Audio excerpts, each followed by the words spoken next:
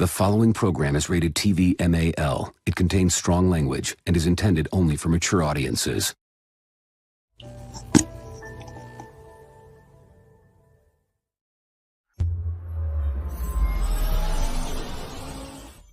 Hold up, hashtag heels for life. Wanna welcome everybody, yeah, we gotta get it hype. Hey, every week talking wrestling, we get into it. Current events, even guests that we're interviewing. Hosted by Chris, Kid USA, and Nappy Boy. Shout out to Ziggy, put the smack down, you can't ignore. The best you gon' find anywhere online. Tell the competition they about to get clothesline.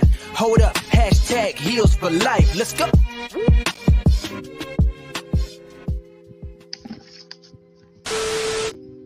Welcome everyone to another edition of Hashtag Heels for Life Wrestling Podcast, episode 177. I'm your host, Mr. I Don't Give a Fuck. And I'm the baby face on the Hill Show, Ziggy the Beast. So everyone, we are happy that you guys have joined us on our Sunday evening. Hopefully we will entertain you guys, but before we start, we need you to do First, I need you to hit that thumbs up and comment on this video. Then also I need you to subscribe to this video. Then I need you to hit that notification bell where you can get the news and rumors from Hashtag Heels for Life Wrestling Podcast exclusively here on Facebook, and the news and rumors exclusively on YouTube. So tonight, we're going to do something a little bit different from, outside of our norm. So we are going to do some wrestling talk in regarding AEW, WWE, and New Japan. But what I want to do first is I want to open up a little bit of dialogue because a lot of people have been asking about this. Man, balls. What's up, man? Long time no see. Hey, what's going on? What's going on? So segment one is going to be faces that have worked better as heels. So this is going to be a range of faces that that work better as heels. Mm-hmm. So it could be WWE, it could be AEW, it could be TNA, it could be Ring of Honor, it could be New Japan, WCW. I mean, we got a lot to work with. I was going to say, okay, well, we can talk about faces that should have been heels. But yeah, let's just have this discussion. So the first person that I really want to talk about is John Cena. John Cena is on the top of that list. I believe that he should have worked better as a heel because, number one, we've seen a glimpse of his heel work, even though it was short-lived. I just don't think that the WWE gave him that chance because they wanted him to be the next Hulk Hogan. They didn't believe in him being a heel. And then also he was working for Make-A-Wish and all this shit, But I believe in my heart of hearts that kind of cost him that opportunity for him to go to the upper echelon of the greats. I mean, don't get me wrong, he is one of the greats in the WWE, but I just don't think that he's a household name like The Rock or a Hulk Hogan. That's just my take. What about you, Ziggy? Well, if we just talk about like faces that work better as heels, I would say Chris Jericho. I can go Randy Orton. I can go Edge. Now people that work better as faces, I like Batista as a face. I thought he was good as a face. He did great as a heel as well with the spotlight and everything, but just come to mind like off the quick, off a whim. I'm thinking like Randy Orton. I'm thinking Edge. I'm thinking Chris Jericho. I love Chris Jericho as a heel. Oh, okay. I think he was great as a face. I think he was hilarious as a face. Yeah, I think I mean, he's not a bad face. I just think he works better as a heel. What's up, Chris? Shout out to Chris. Chris Classic Williams, he's in the business. Okay. He had a podcast earlier today about their likes and don'ts. I was in the podcast for a little bit. It was a very deep discussion between him and his wife. Just wanted to give him a shout out. That's what's up, man. Definitely a salute to you. Anybody that's in the podcasting game is not easy, and I definitely send my No, it's not regards and whatever good vibes to y'all, man. Yes. But Trey said Triple H. As a face or as a heel? He said he works better as a heel. Yes, he does. That's a good one. I think his best work comes as a heel. As a heel. Now, when he was a face, he was hilarious. Mm-hmm. He was hilarious. It's like one of them ones where they can do both. But when you really look at it, if you really kind of break it all the way down, it's like Triple H's best work is as a heel because you want to kill him. You know? Oh yeah, and when you're good at that. Yeah, when you're a heel, that's the whole narrative that you want the audience to hate you. And there were times, I mean, JR, even though this was some storyline, JR every fucking Monday night, SmackDown, pay-per-view, he was always calling, Triple H a son of a bitch. He never said that to anyone else. He did. He never said that to anyone else but Triple H. But then again, JR was sucking. Never mind. I'm not gonna lie, JR. He was very vital with the storytelling aspect for the viewers at home when we're watching a product. Like, he would get so into the matches, especially when it deals with Stone Cold. Yeah. Oh yeah, he would get into those matches. It made you get hyped as well. Yes. And that's why I'm like saying, like, JR was one of the best like commentators of all time, because it's like he drew you into the storyline, which that's the type of energy that we don't get, in today's wrestling. I mean, we get that energy, but we don't get the same type of energy when JR was in the WWE. Yeah. King was on some other. King was Yeah, he was the child, the adolescent. Every time he seen some titties or whatever, it's like, oh my God, I have to get laid tonight. No, matter of fact, he remind me of some of these fans out here talking about, I'm gonna make sure to find out what hotel you're at. That type of shit. This is ridiculous. Oh, what about what Trey Ice said? He said Eddie did good at both. Ooh. He was adored, but when he like turned it up, and he tapped into that heel side, especially when he was working with Rey Mysterio with the Dominic story, and I gotta think about this because he was a good heel. Okay, but there's two versions of this though. There's Eddie from WCW, and then there's true. Eddie from WWE. Yeah, the Eddie we know, the La Cheat Steel Eddie. Yeah, and then there is Latino I don't give a fuck. Yeah, I don't give a shit, Eddie. Yeah. You know what I'm saying? This is all about me. This is all about my family. This is all about me losing everything. I think. Oh God. Yeah, Eddie was. That's a good one, Trey. Yes, this is Eddie. where we have to dissect this shit, because. I think Eddie kind of did it for me. He was sadistic, like, especially like he tapped into that dark side. Yes, that dark side where he said at one point he said to Rey Mysterio, he said, I'm not gonna only have your career, but I'm gonna have your life.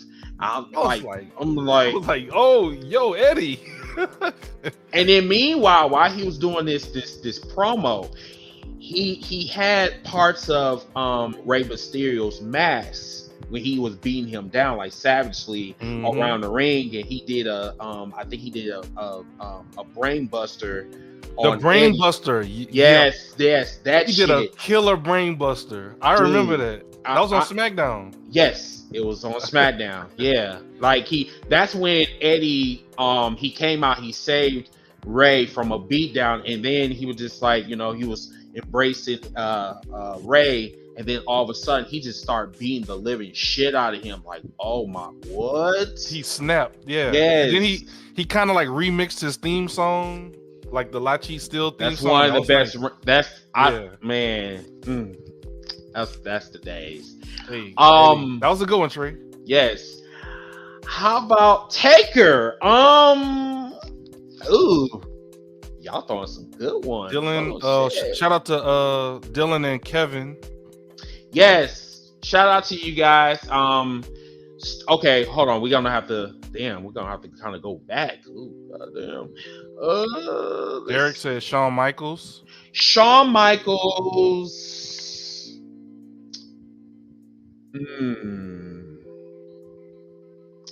A face. Yes. A face. I think his best work was as a face. people loved him. Like when he came back. Yes. When he came back, he was on a totally different level. Attitude Era Shawn, people hated it. Yeah. Yeah. Shawn. Like especially in Canada. Yeah. Canada hated Shawn Michaels. But I believe his best work was really as a face. I agree. To a certain degree. I mean, it's very, very close. Those matches he put on with Taker. Yes. Yes. Shelton Benjamin. Yes. Even though Shelton Benjamin did not grow, he put on a great match with him. Yeah, he got good matches out of everybody with Shawn. Everybody.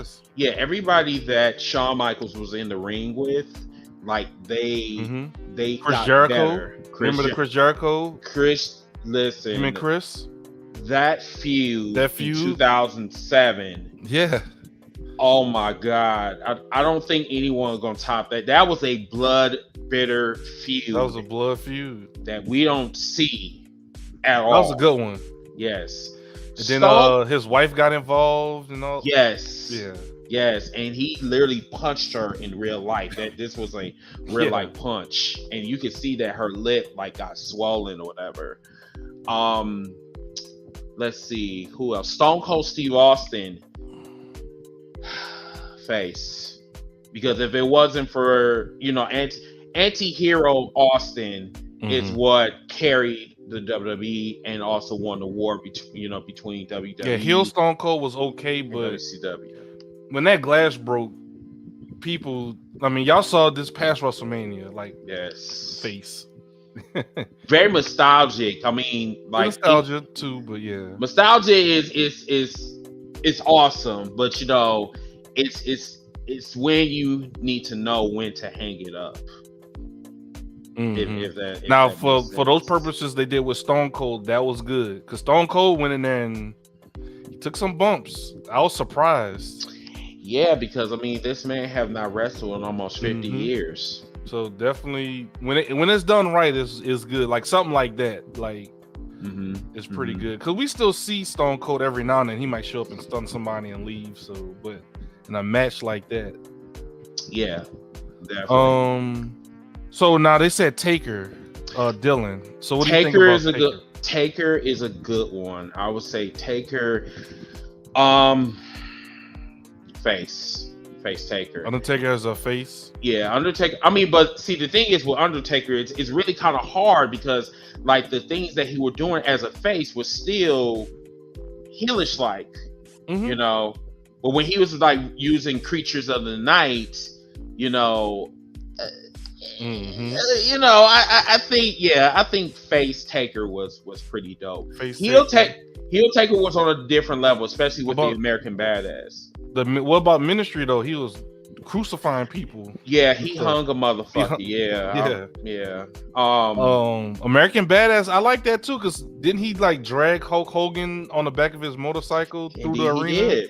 He did. American Badass. Yeah, didn't he do something too where he put the chair under somebody's throat and jammed it into the ground? He did that to Matt Hardy. Yeah, I'm like, dude, don't sleep on American Badass. American Bad. Yeah, the Big Evil. Yeah, Big Evil. Yeah, Big Evil. He had the short haircut with the. Especially what he did to Lita. He threw her off of a. Man, Lita took some bumps in her career, man. Shout out to Lita. She did. As a matter of fact, she took I think about maybe 6 chair shots to the back by Stone Cold. Now that was crazy. Yeah, that was crazy. He went ballistic. He went absolute 8 shit on Lita. The power trip? Yes, the power trip. Yeah, the We power don't trip. talk about them that much. Him and Triple H. It was like a weird phase in WWE that no one talks about the 2-man power trip. No, they and they don't. And a lot Why of is people, that?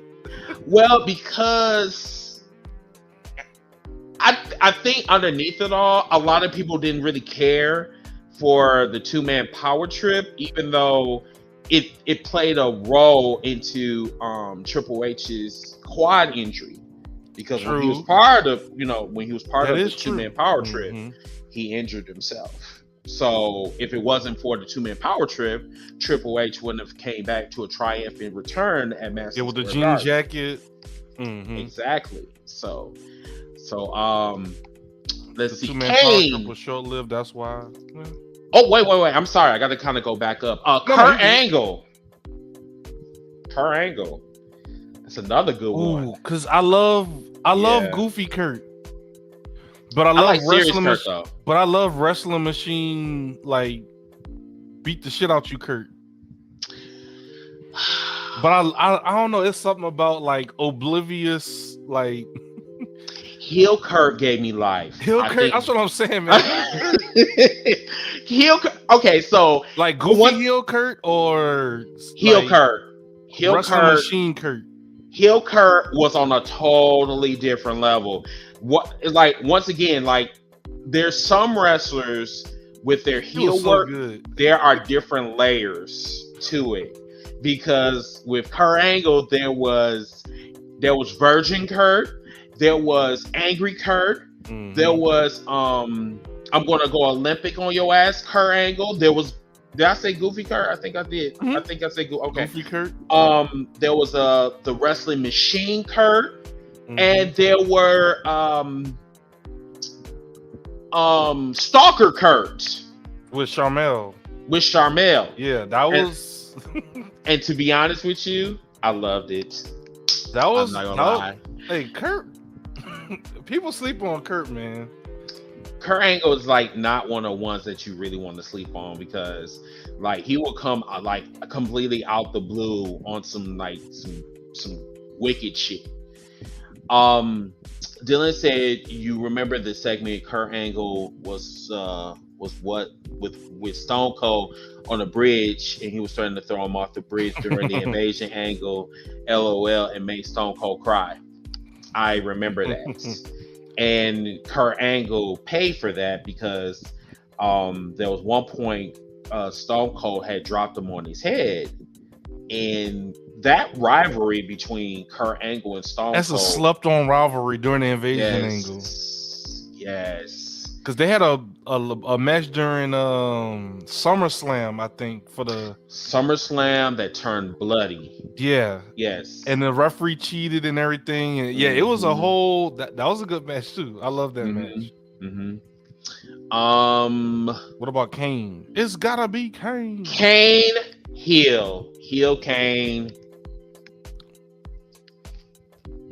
Yeah, but that's another that's another one with part. Layers, like you said, with layers, because there is demonic Kane, there is playful Kane, and then there is sadistic Kane. I like sadistic Kane. Yes, unmasked Kane. Yeah, unmasked Kane. Yes, unmasked Kane. His best work came from unmasked Kane. Remember he lit JR on fire, and he was like, "Oh!" Remember JR was. And he tortured Shane by electrifying his balls with the car battery. Yes. I'm like, dude, is this shit real? Because Kane could have had yeah. Because it was RVD, right? He choked slam RVD. Yeah, that's right. Yeah, he beat the shit out of RVD. I think this is around SummerSlam. Yep. Shit is crazy, dude. Kane, I mean, he gets his respect, but I think his character work, because of some people have that revisionist history where they only remember what he's done recently. But if you go back to was it 2003 Kane, early 2000s Kane, when he unmasked, I think that was his best work. He tombstone Linda McMahon. That's right, Dylan. He did. He protected the shit. People make fun of it, but she's not a wrestler, and he made sure to protect her. So I give Kane credit about that. But in the scope of wrestling, he tombstone Linda McMahon. Like that's crazy. Yes, and you know that the WWE really trusted Kane with Linda. Well, that's what I'm saying. You know, I mean, this is the boss's wife. Her head was like up to his neck. She was nowhere near the ground. Right. He made sure she was good. Yes, and he just landed on his knees. So yeah, great. Good job, Kane. Shane McMahon. Shane. That's another one. I like Shane as a face. Shane as a face was dope. I like Shane as a face. Heel Shane. He just basically, I would say, he's Vince McMahon 2.0. I mean, of course, this is his son. So, but you know, as far as best work, Shane took some bumps now for the company, and it's crazy how Vince and him like I mean, of course, we don't know what goes on behind the scenes, but I'm like, Vince, you seen the bumps this guy is taking for this company? I don't get why he gives Shane such a hard time.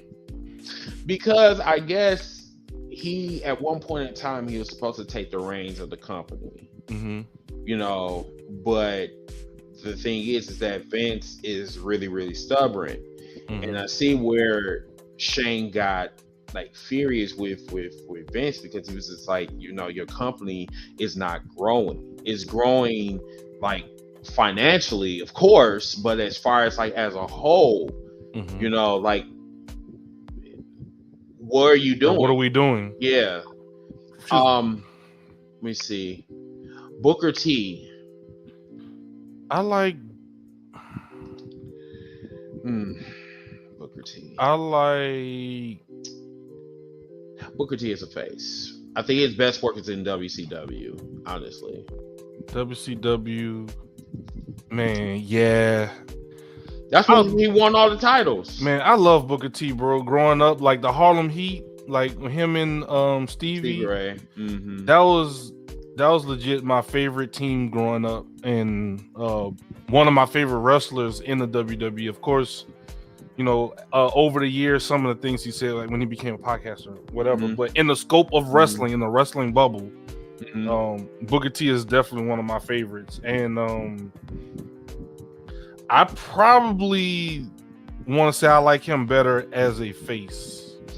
Me too, because like I said, in WCW, he had a lot of great rivalries that a lot of people don't talk about. One of those great rivalries was against Chris Benoit. Chris Benoit for the U.S. Championship, and they decided to bring it up back in on SmackDown to feud over the U.S. Championship. And it was like the best of 5, right? With them two. Yep. There was a callback where a lot of people didn't know. Yeah. Let's see who else. We had King Booker. King Booker was weird. I'm sorry. You didn't like King Booker? I thought it was funny. I didn't. I mean, you gotta understand. Like, I didn't really care for Booker T like that. You know, I tried to get into him, but I just. Man, I used to love that when he used to come out, man. He used to do the pose, and then the Harlem Heat would come behind him. I used to love that. Oh God. Like, I don't want people to think that, oh, well, you just hate him because you hate him personally. No, yes, personally, I do hate him. But professionally, you know, I can't dismiss that he is one of the greatest of all time. He's one of the greats, you know. Especially black wrestlers. Well, and just really in general as well. I don't want to just categorize him as you're just the greatest black wrestler, but he is one of the greatest wrestlers of all time, but definitely one of the greatest black wrestlers of all time. Right. So yeah, thank you for clarifying that. Man, you know, people like to come and twist the word. Oh, he just said he just well, I mean, I just wanted to just kind of put it out there. He's just saying, well, actually, he's just... Oh, wait. You know, hold on. You know, because, you know, I know y'all gonna like come up with this, but you know. It's like, geez. Right. Yeah, well, actually. He's just categorizing him as just a black wrestler, Yeah. but not as a wrestler. And I'm like, come on, man, you know what I meant. You calling him a coon?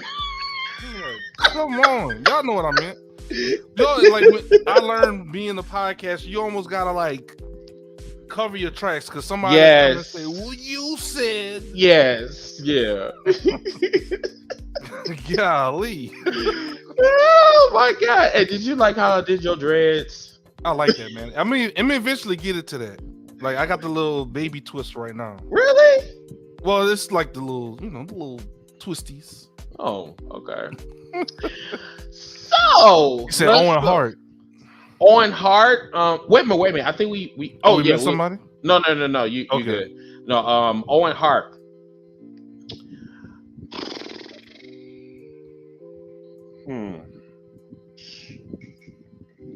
I am not a nugget. Remember we used to say that? I'm thinking. Honestly, I can't really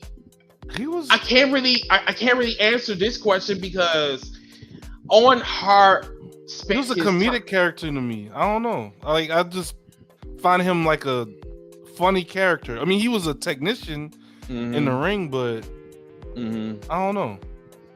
I think that this one is pretty hard because Owen, spent his majority of his, career in the back, of standing in Brett's shadow. Yeah. And then when Brett left, like it seemed like he was still in the shadow of Bret Hart.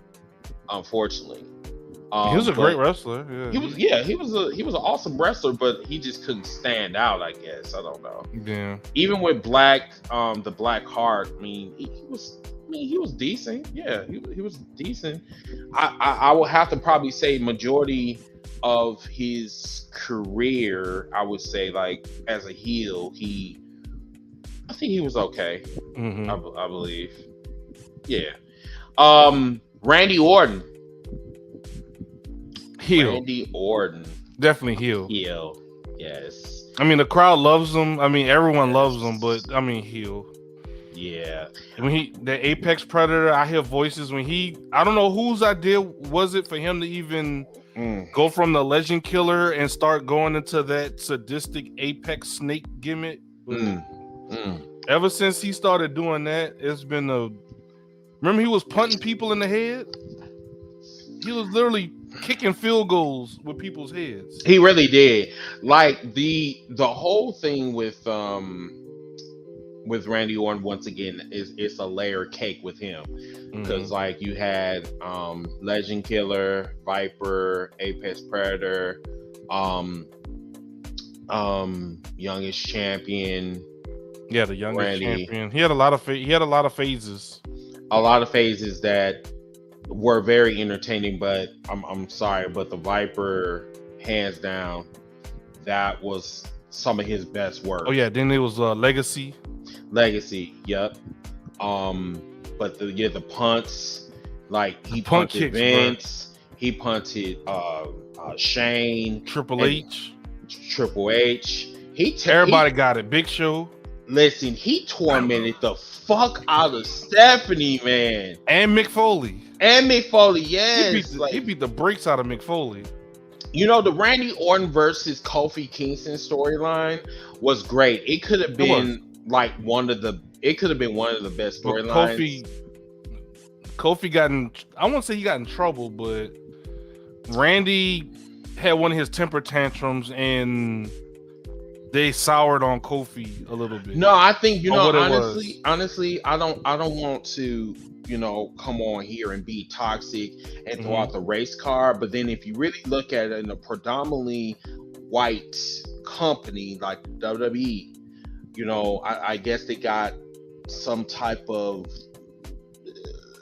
diversity, if you will. But I just feel that they stopped Kofi because of the issue, that Kofi fucked up at that time. Yeah, stupid. And then I think it would have been a non-issue if Randy didn't just blow up like that. Yeah, you know what I mean? Like, but I think Shawn Michaels did the same thing too, didn't he? what Shawn Michaels said something too. I'm not sure. Did he? Not that I'm aware of, but Okay. but me thinking back on it, I'm like, no one knew it was a fuck up until Randy reacted that way. Mm-hmm. So how, like, you know what I'm saying? Like, if they would have just kind of adjusted and he just did his RKO, however, you know, kind of adjusted the sequence, it would have been a non-issue. Then they could have had their little argument in the back. But for him to be like throwing a tantrum, slapping the mat, and stupid, you're stupid. Remember all that? I'm like, so something must have happened. You know what I'm saying? Like, if you just kind of was a professional and didn't do that, then I think it would have been fine. Because how many times they probably, us watching pay-per-views and Monday Night Raw and SmackDown, where someone probably fucked up, but they just kind of like, they just called an audible and just kept it moving. No one threw a freaking tantrum in the ring. You know what I'm saying? But that's Randy Orton. You know what I'm saying? The good comes with the bad. Indeed, it's a yin and a yang. It's a yin and yang, and he admits to he had like temper issues and different things like that. And then we also have to understand too, these people are, at least in the WWE, they're on the road. How many times throughout the 365 days a year. So you kind of put yourself in that person's shoes. I'm not saying he's right for it, and I don't know, you know, there's other racial undertones and different things like that, but like they say, it's always two sides of everything. You know, very much. You know, when you're burnt out, you're on the road like more than 75% of the year. Small issues become big issues. You know what I'm saying? McQuine, he asked. He said, change the subject. But what y'all think of MJF? We changing the subject? No. I'm just reading his. His I'm sorry, McQuine. He said, so change the subject. What y'all think of MJF scribbling on fans' drawing she drew up for him? So a fan made a drawing for MJF, like, hey, I made a drawing of you, and he just drew on it. I didn't see it. The thing is with I don't know. I kind of like, I like MJF, but at the same time, like, some of the stuff he does is kind of like they give him a pass for, he's a heel. But it's kind of like, it's starting to get a little bit annoying for me. It's been that I'm like, come on, bro. It's starting. At first it was cute, but now you're starting to annoy folks now. Like, and I'm not even saying like in a storyline wise. I'm like saying like your antics. It's really getting annoying. When he was doing that initially, it was rubbing me the wrong way. I'm like, I know in some things they keep kayfabe alive, they bring their characters, like, I get it, but some of the stuff that he says and he gets away with, I'm like, somebody else say that they firing off on them on Twitter. They would try to get them canceled. Like, yeah, and then MJF gets a pass. Yeah, and see, the thing is that it's cool for you to stay in character, I guess, of course, keep kayfabe alive. See what I'm saying? You make a joke about somebody in a wheelchair, it's kind of like, all right, like, yeah, them type of jokes you got to stay away from. The main things that you got to stay away from when it comes to, kind of going below the belt: gay people, disabled people, and Christians. Yeah, like race. I mean, race. Like, you know what I'm saying? Like, SC4, yeah, race. I get he stays in character, but at the same time, does it make it right? Some of the stuff he says. Yes. Some people like it. I Ziggy don't like that shit. Because when you're for done, y'all like it, y'all love it, cool. Yeah, because when y'all done, when you're done with the light shining on you real bright and shit, I'm Chris. I'm not Wild Card. I'm not Mr. Team Brigade. I'm Chris. I'm back to my regular self. Now on social media, like, you're technically working the crowd because the crowd is still watching. I definitely get it. You know what I'm saying? That part. But that's when you probably need to, have another account. If that's going to be for like MJF, have one for MJF. If you have one for Maxwell, whatever his real name is, have it for that one. So then people will know who is who. You can do it that way. But a lot of people, like you said, Ziggy, they like to stay in character. Oh no, I definitely get it, and I know, like, different strokes for different folks. I just feel like some of the tones of some of the insults that he says is kind of like somebody else were to do that, like they'll be calling to cancel that person, but it's because it's MJF. Now this is my opinion. Like, y'all love it, I'm cool with it. But yeah. So there's another one. How about the Warrior? Face. Definitely face. He was definitely a heel outside. Oh yeah, outside. Yes. Yeah. That's a whole Yeah, that's a different topic for a different day. Warrior, most definitely, hands down, he was great as a face. He could be the most stand-up guy ever. I get that, Trey, but talking about people in wheelchairs and stuff like that, it's like, for me personally, even if heel, whatever, there's a line to me. There's a line that shouldn't be crossed. I agree. Just to me. Yeah, because there was one incident in WCC Brawl where this one cat actually thought that I was talking about his daughter, and I wasn't even talking about his daughter like that in a vulgar or disrespectful term, and he immediately got upset, and then he started saying, "Oh, well, you're gay," and blah blah blah blah blah. I mean, that's what I'm saying. Like, motherfuckers will take that shit very personally. There's a lot of people out here that is very sensitive. You just gotta watch your. And I'm not saying he's I like him as a wrestler. I like the stuff he does within the AEW bubble, but it's the outside of wrestling antics that it's kind of like the social media stuff. Some of the things, like you say, he says to people, just kind of. What about Macho? Macho, I have not really followed his career like that, but I like him as a heel. Face. I liked him as a heel. But where? Like when he was when he was jealous of Hulk Hogan. And he was like, "I'm tired of you, Hulk Hogan, with your hot dogging and your grandstanding, and you think." I love that, bro. I love that when jealous Macho Man was my favorite version of Macho, and he was talking about how Hulk Hogan is fake, pretty much. He was saying that he's a hot dogger and grandstander. and the crazy thing is that, like, sometimes you have to kind of ask yourself, like, was Macho Man really actually like telling the truth? Hey, see, or was this just you know the promo I'm talking about, with Hulk Hogan with your hot dogging and your grandstanding, and that was one of my favorite promos from Macho Man. See, it's like I said, I have not followed. Hold on, man. I got it, man. I love that promo. Was this in WCW? No, this was WWE. Really?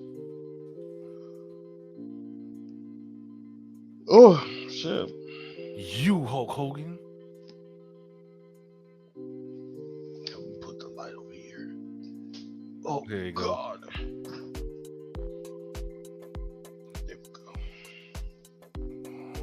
All right, here you go. All right. We are like, this was one of my favorite Macho Man promos.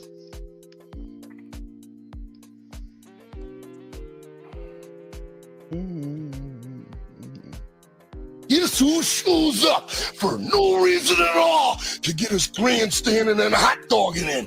You, man. You, Hulk Hogan, yeah. Real good, yeah. I was styling out there like a champion, yeah.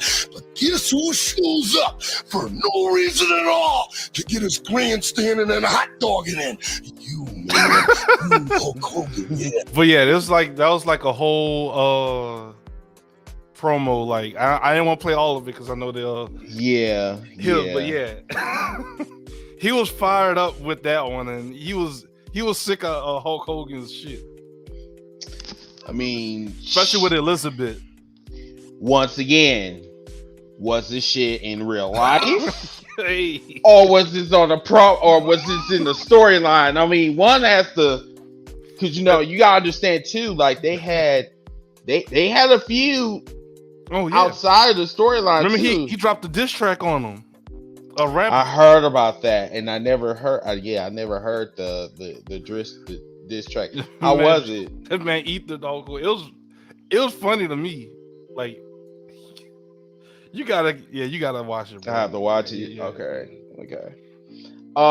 Jake the Snake. Jake the Snake, a heel. Yeah, that heel by far. Yeah, you got to understand, like Jake the Snake is one of the best promo. Like, dude, he is one of the greatest on the mic, dude. Him and Roddy. Yes, he is. Like, Jake the Snake goes into serial killer mode. That I was just about to say it if you didn't say it. Yes, I was just about to say that. He will fuck your mind up without you. Like, what the fuck did he just say to me? If y'all aren't familiar with Jake, go look at his stuff in the like 80s, early 90s. That's when I remember. Yes, 80s and early 90s. Some of the shit that he was talking about, he will fuck your mind up. Yo, this man's crazy. Yes. Let me see. Who else? Oh, Stephanie McMahon. A lot of people, this is once again my opinion. I think Stephanie gets a bad rap, like with a lot of people. Like she has like go away heat. I think with a lot of people. I technically didn't mind her on the screen as much. Like I thought she was good as a heel. She played her role well. She was alright as a face, like the SmackDown GM, and her and Vince. It was like a weird time with Vince and her. It's very weird, but yeah, her stuff with Triple H, Test, some of the stuff she did with the even more recent, The Authority. Yeah. I think I liked her better as a heel. As a heel. The Alliance, the EC. Remember, she had the ECW. I guess segment of the Alliance. I mean, you gotta understand, like she was a bitch. She really played that role was very well. She had the best slap in the game. Remember, she used to slap the shit out of people. Yeah, she slapped the hell out of Linda. I think she slapped her own mother. Yeah, she wanted to do that all her life. She shit. She did. Remember the stuff with her and Chris Jericho and Rhino? Man, that's what I'm saying, bro. Her and Kurt too. You gotta. Let me see. You got a slimy beast, and don't worry, I'm gonna get you too, Rhino. He was like, Chris. Like that's what I'm saying. Her and Chris Jericho. You got a man beast and a hose beast. Remember he talked about her breast implants? He did like a before and after. I was like, yo, Chris, chill. He's like, hey, I'll bring the cake and I'll bring the balloon. He's like, well, the balloons you already got covered. Chris people sleep on Chris like during the Alliance time. Yes, like that man was so fucking hilarious, dude. It was one time, back when I was, doing 420, I could not watch a Chris Jericho a promo. I couldn't watch it without crying. Like I'm so serious. Like that motherfucker just like had me in tears. That's Like, a good I point, was- Trey. Jericho and Stephanie had good chemistry, like brother and sister, or X versus X. I don't know. You never know what they had probably done. You never know. Yeah, exactly. Because Stephanie spreaded her legs for Macho, so she could have did that shit for Jericho. You know what I mean? But let's continue. I know we don't want to talk about this individual because this individual died. Yeah, horribly. Chris Benoit. Face. In WCW. I mean, I know he won the champion. I know he won the world championship in WCW because they were trying to entice him to stay and everything. But I liked his run in WWE, especially in that triple threat at WrestleMania 20. Yes, that was dope. Like face, like people were ready for him to somebody new to be in the world title scene. He was a savage heel though. Don't get me wrong. Oh yeah, you know what? One of his encounters that I enjoyed the most, not only the Chris Jericho and Chris Benoit, but The Rock and Chris Benoit. The Rock and Chris Benoit, Booker T and Chris Benoit. They put on some classics. Yes. Remember the Radicals? Yep. Oh, how can I not forget? I mean, the Radicals. They came in. Remember they all Perry Saturn, all of them they were sitting at ringside. And Eddie. Now Eddie got hurt like immediately or something like that. Yeah, and I think Eddie was gone for some he was hurt for some time. Yep. Hang on one second. No, I agree, Trey. I agree. Oh shit. Okay. All right. Shit tripping. So yeah, I would say as a face, I think he worked better as a face. But he could do either or, but for me, I think I'll just say face. There is somebody that we are missing. Mankind, Mick Foley. Oh, face. Face? You think so? He was sadistic too, don't get me wrong. But the people just loved him. When he tapped into that Mr. Sacco shit and the Rock and Sock connection, the Rock Here's Your Life. And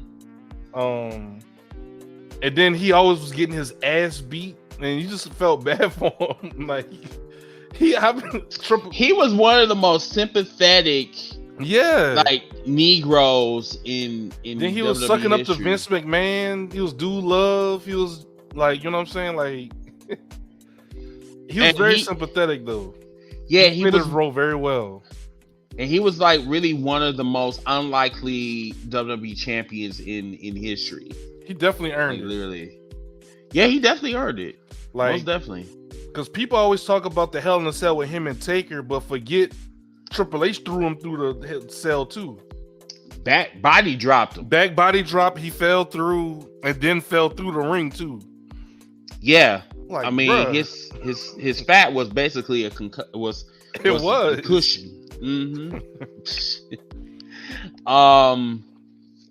Let's see. Let's try to get in one more. What about let's do somebody new. What about Seth Rollins? Ooh. Would you like him better as Burn It Down Seth? You like him better as the heel now, or do you like the Architect Seth Rollins? The Architect. Or do you like the new Seth, like the freaking Rollins, the one that's now Seth freaking Rollins, with all the suits and all the dancing to the ring? The what is he? He does all this. Yeah. The Messiah. I think the Messiah was pretty good. I like them. Thank you, Chris. Yeah. Why do people hate the Messiah gimmick? I love the Messiah gimmick. Even though it was Satan, not Jesus. It was during the pandemic Thunderdome era. Very much so. I like the Messiah gimmick. Oh, my bad, y'all. I'm so fat. No, Oh my you god. good over there, bro? Shut up. I just. Well, actually, I was just trying to see if you were all right. Oh, golly, excuse me. Shut up. Okay, I'm good now. Now, yeah. Now, But yeah, okay.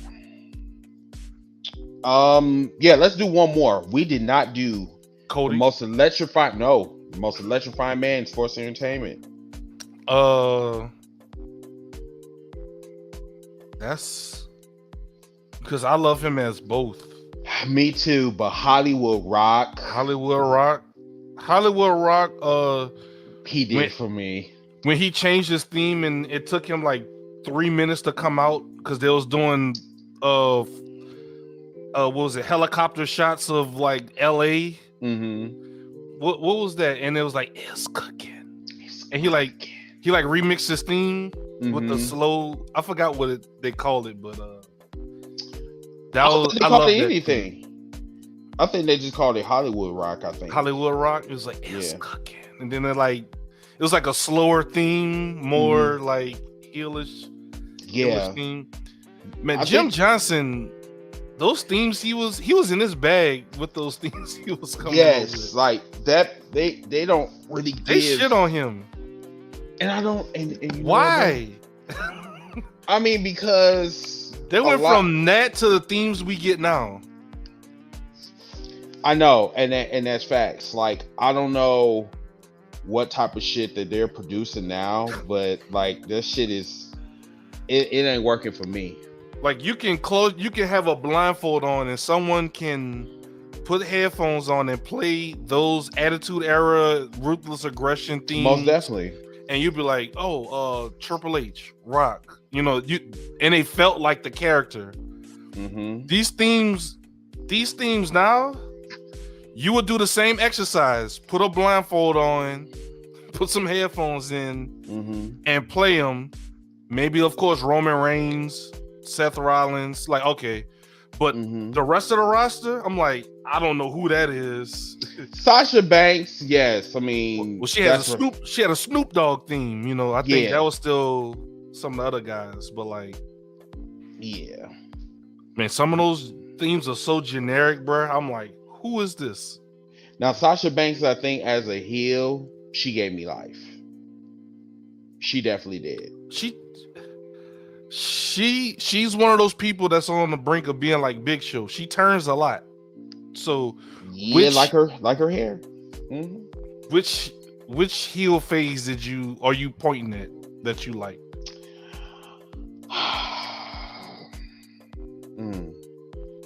Snoop Dogg, Sasha Banks. The Boss, when she was a heel.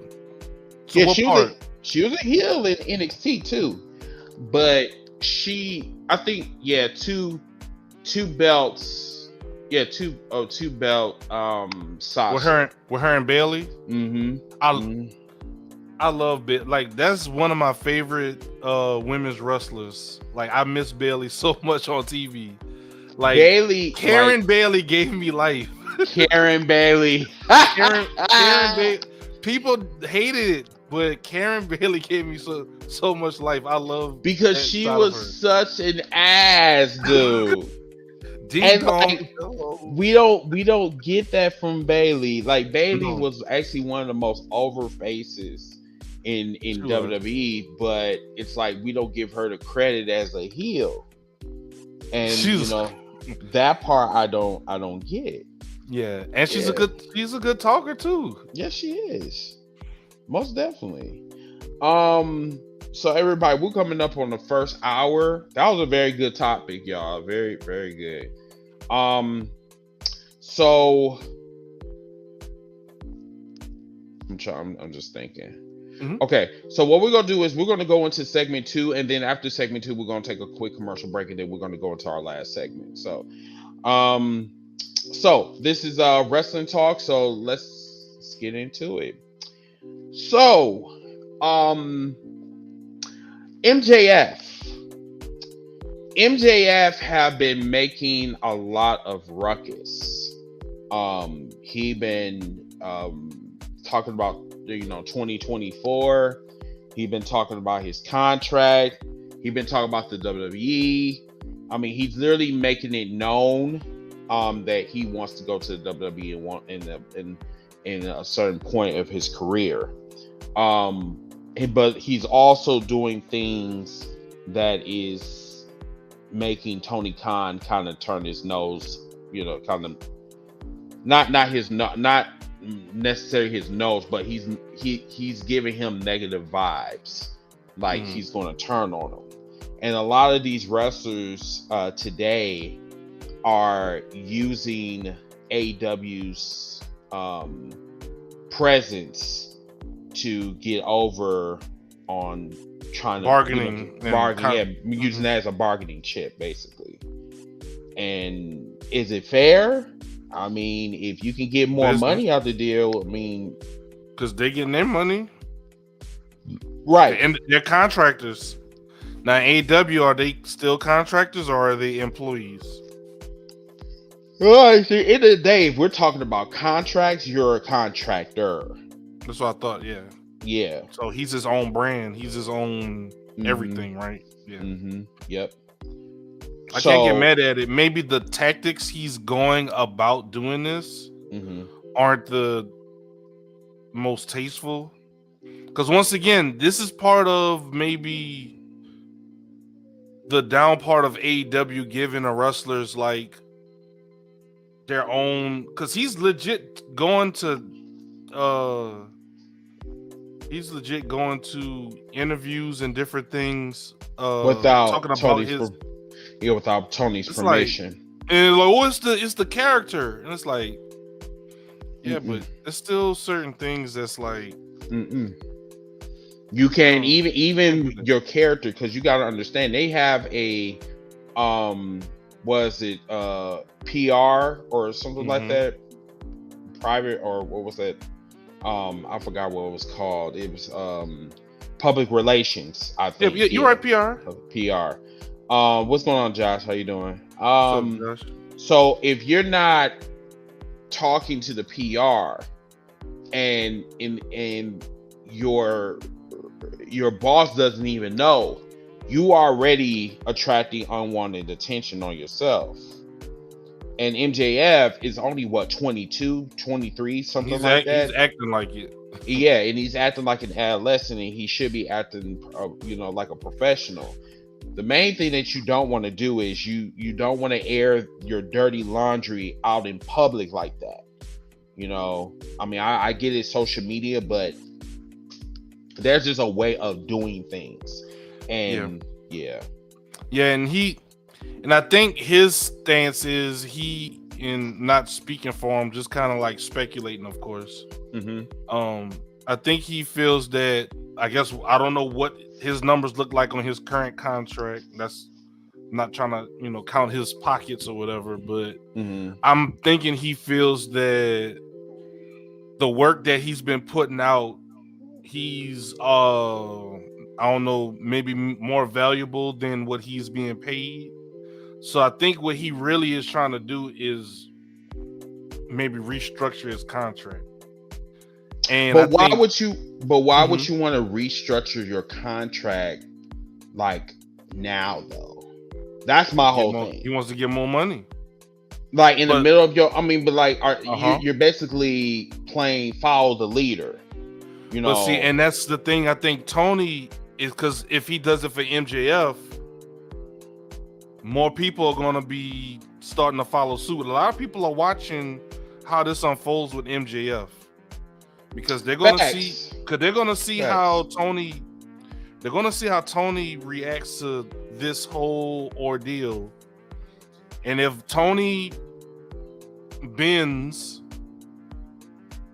or gives in and gives MJF what he wants, then what is that going to stop Adam Cole or anyone else to do the same? Not saying they will, but just saying.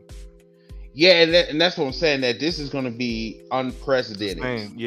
All this shit, so that's where Tony if he can't deal with it, then he needs to bring somebody else in. Like, I don't even think they have a. Sorry, somebody's they can't drive. But they need to have a human resource. Tony, but see too, people give Vince McMahon a lot of shit, but they won't play with Vince like that. No, they won't. I'm just saying because they know that Vince don't play that shit. Tony gotta stop being friends with these people to an extent. I'm not saying you gotta be an asshole. You're not saying you gotta be, stern or whatever. But at the same time, you as a business owner, they gotta respect you as such. And that's where I'm saying, like, you got to. Joshua said that he's not going to bend. He don't think that Tony is going to bend. He better not. Yeah, for his sake, I hope he doesn't. At the end of the day, MJF could talk all. You know what? MJF could talk all the shit he wants. You under contract till 2024. You got another year, right? You got another year. If Vince McMahon would tell him, one or two things are going to happen. Shut your ass up and get on TV. You already got creative control over what you say on TV and how you want to go about your matches and everything like that. Or two, you're going to sit your ass in catering. I'm going to take you off TV and somebody else is going to get your spot. Since you have such a problem with how everything is going on. Exactly. So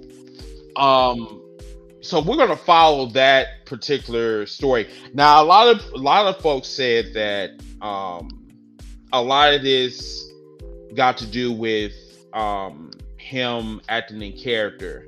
He been talking about this a little bit too much, y'all. So that's why I'm kind of wondering now, because see, everyone thought that the whole Cody Rhodes situation was just nothing more than a storyline. If this was a storyline, this would have been fucking brilliant. It would have been brilliant, but it actually was real life. And that's the crazy thing in wrestling. We don't know if this is a storyline or if this is real life.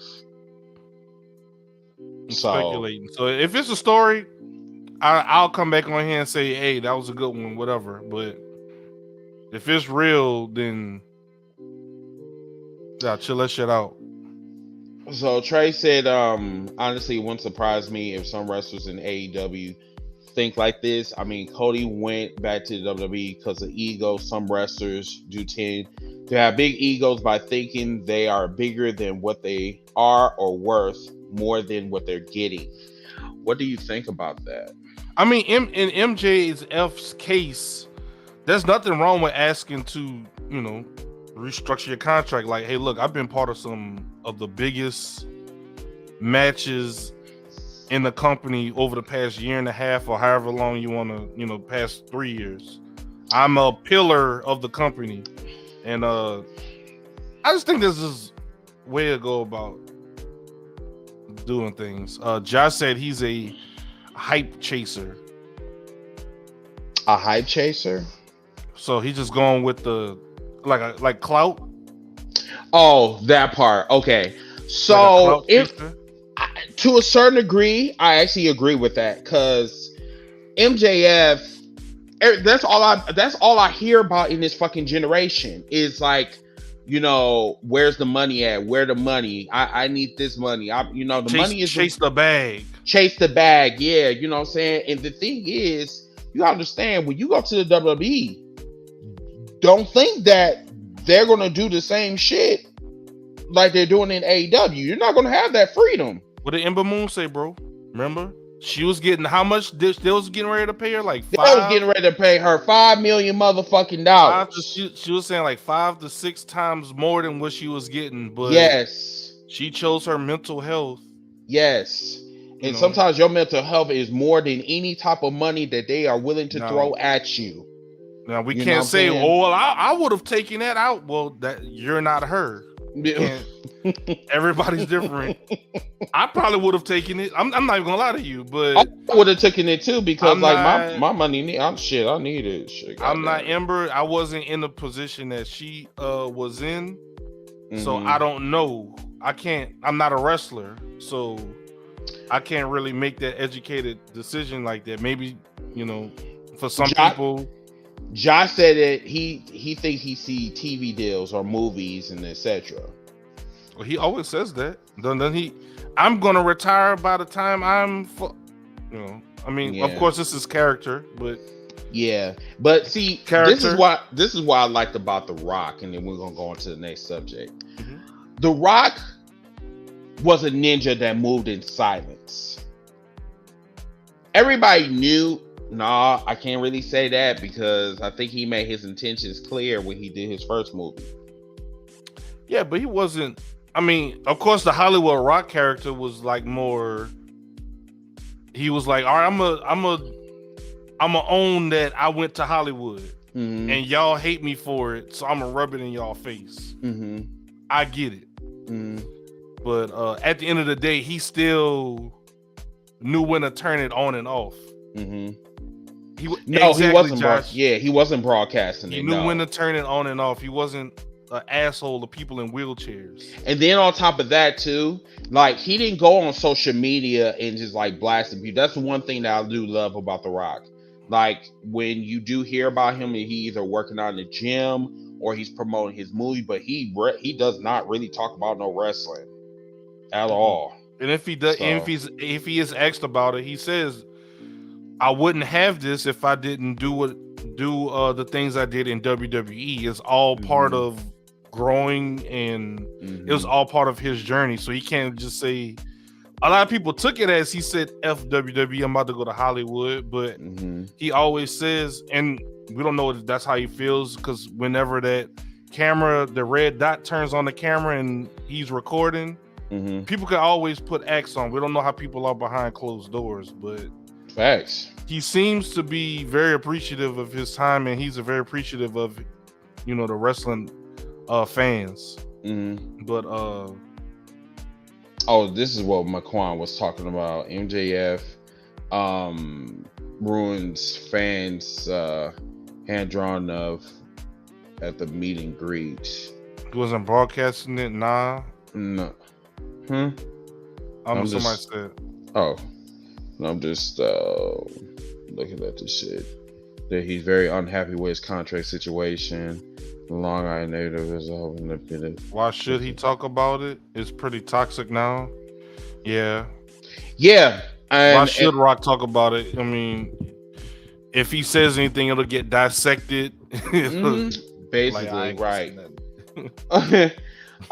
So there is some oh my god, there's a moon that's like right by my window. Oh my goodness. So there is some issues that's going on in New Japan.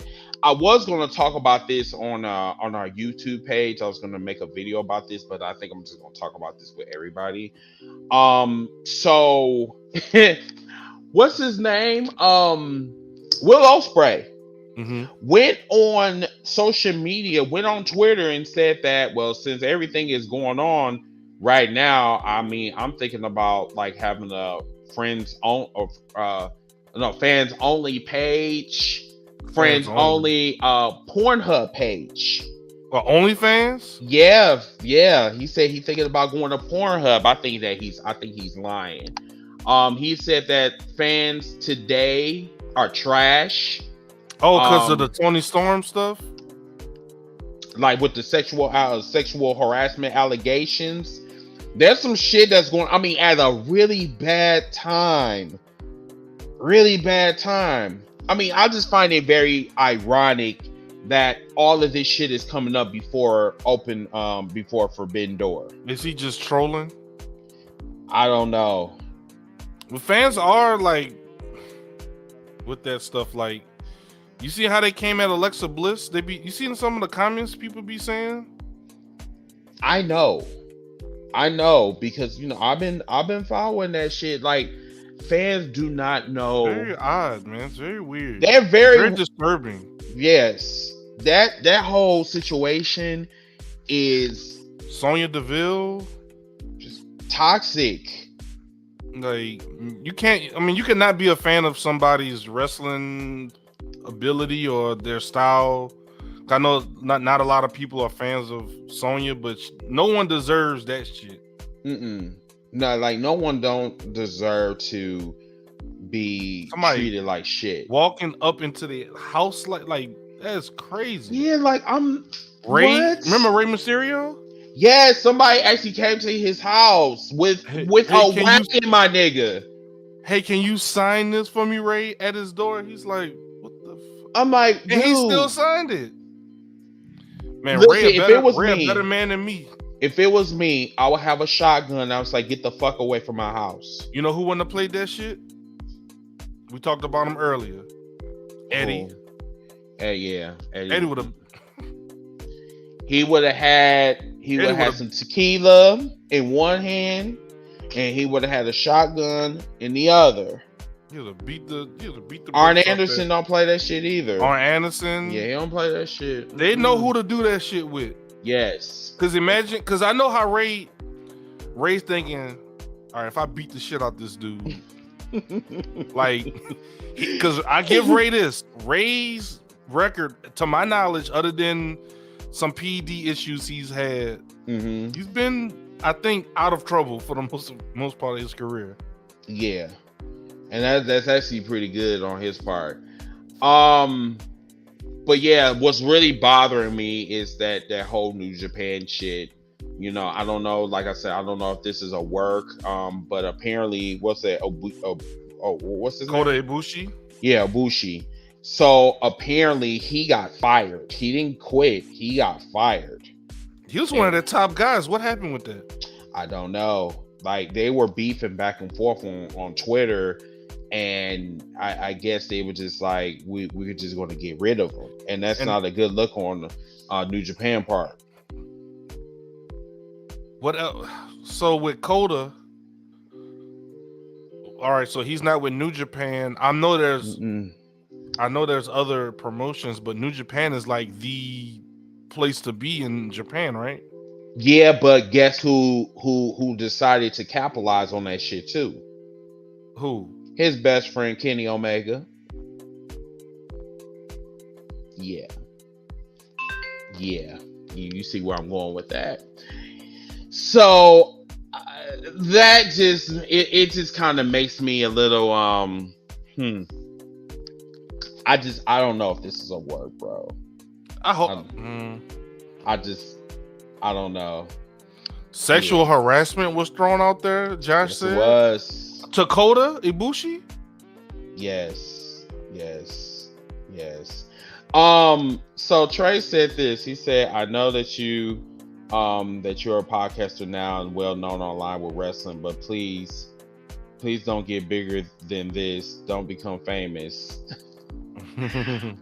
I mean, here's my thing. Like, I mean, everybody know about me, like, and they know my lifestyle. Like, I mean, there's very little things that people can do to like really harm me. I mean, I understand that words do hurt, but then at the same time, like, I mean, what the fuck you gonna call me? What, you gonna call me a nigger? I mean, like, what else can you say to me that's gonna hurt me? Like, is he talking about how they've been running up on people's houses? Is that what he's yeah, talking about? like, I'm telling you, I don't play them games, nigga. Like, I have a fucking bat like right there, right by my kitchen window, nigga. I will use that shit. If I don't know you, nigga, I'm going to spire your brains. I don't play that shit. I'm telling you, man. Being famous is not fun. Like, it's not, I see what people be going through, bro. Like, and for those that don't know, the month of May is Mental Health Awareness Month, so it's like yeah, definitely. There's a lot of talk about mental health, and that was part of some of the discussions I've seen. Like, especially with social media, right? Some people post a video, it goes viral, then all of a sudden, you know, people want to see them. They want to fly them out to these TV shows and different things like that. And gotta be careful with that. They're millionaires overnight. You know, yeah, they millionaires overnight, but they not don't what want they everybody. thought. Yeah, they don't want everybody in their business and shit. And because I'm telling you, the cousin, remember back when you were a kid. Remember, I looked out for you, and everybody got their hand out, and they coming up, and you hear it all the time. And when I'm at work, I listen to a lot of like sports podcasts and different things like that, and a lot of NBA players. They say when they get into the league, that first rookie contract for a lot of them is they don't even see that money because they're paying back people for helping them get to that point. You know, and that part, like, I'm serious. That's crazy like, because you can get hurt game one and you might not even see that money. You don't, right? That's true though, Trey. A lot of people experience that. So I wanted to kind of update you guys on what's it, Dark Side of the Ring. So yeah, what's up with that? So Dark Side of the Ring, season 4 is going to be happening. They're just working on a couple of things, I believe, but it's supposed to come back in one point. I'm just no not more, sure. But no more JR though, right? I don't think so. I don't think JR is going to come back. He was spilling the beans too much. They was like, yo. Yeah, I mean, like I said, JR can be a bitch sometimes, dude. Like, I'm like, you sitting up there and talking about, oh, well, this was taken out or whatever. I'm like, oh, okay. Like, so JR, even though you are recalling all this stuff, you were there. So the fuck, like, I'm my nigga, like, cause people praise JR, like, oh man, JR telling it like it is. It's like, you know. So is he all this information JR has, is this secondhand or does he know from him being there?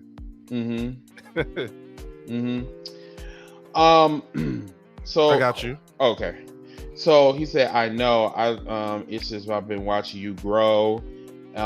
You've been doing this for 10 years now, and I don't want you to get bigger than you already are with your content.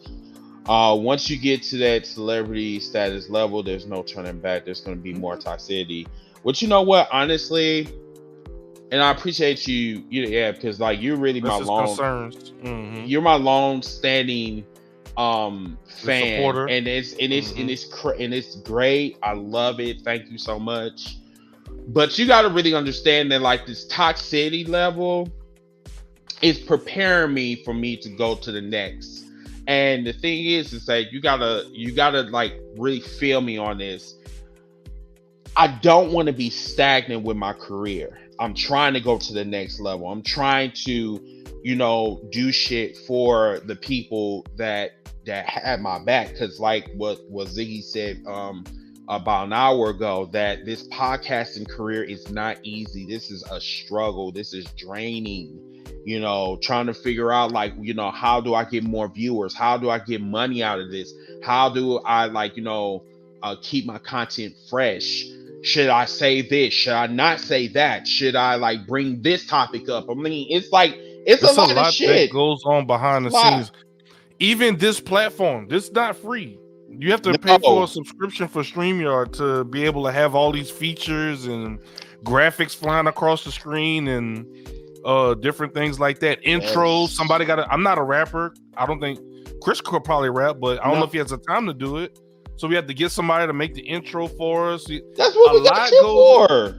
A lot of stuff goes into like the show. It's more than just clicking a press play button. And I'm sure y'all know that, but I'm just saying it's like look, Mike, I want y'all to hear me clearly when we're talking. Headphones, like mixers, like yeah. It's a lot, man, that goes into it. Yes, and Josh, like that's what it seems like. This is where the Dark Side of the Ring is going. It's getting darker each and every season. And speaking of which, I was watching the Jimmy of Superfly Snuka one, and that's some wild stuff, man. It was just insane. And how Vince McMahon like literally covered for this man. Like, we don't talk about this shit as much. We don't talk about this at all. We were just like, oh well, no, bro, that's not that's not cool. Bro, someone died in his ring and they continued the show. That's how I know that Vince is on some What, Martha, what you mean let it go? What you mean let it go? And the crazy thing is, this is more than one individual. This is more than one individual. Throughout the whole entire lifespan of the WWF and WWE, like people been dying under Vince's watch, and no one really talks about that shit. they're so hell bent on, well, AEW does this, and we're not talking about AEW. We're talking about the skeletons that's in Vince's closet that no one wants to address. And that's where we're gonna talk about that toxicity bullshit on our last segment.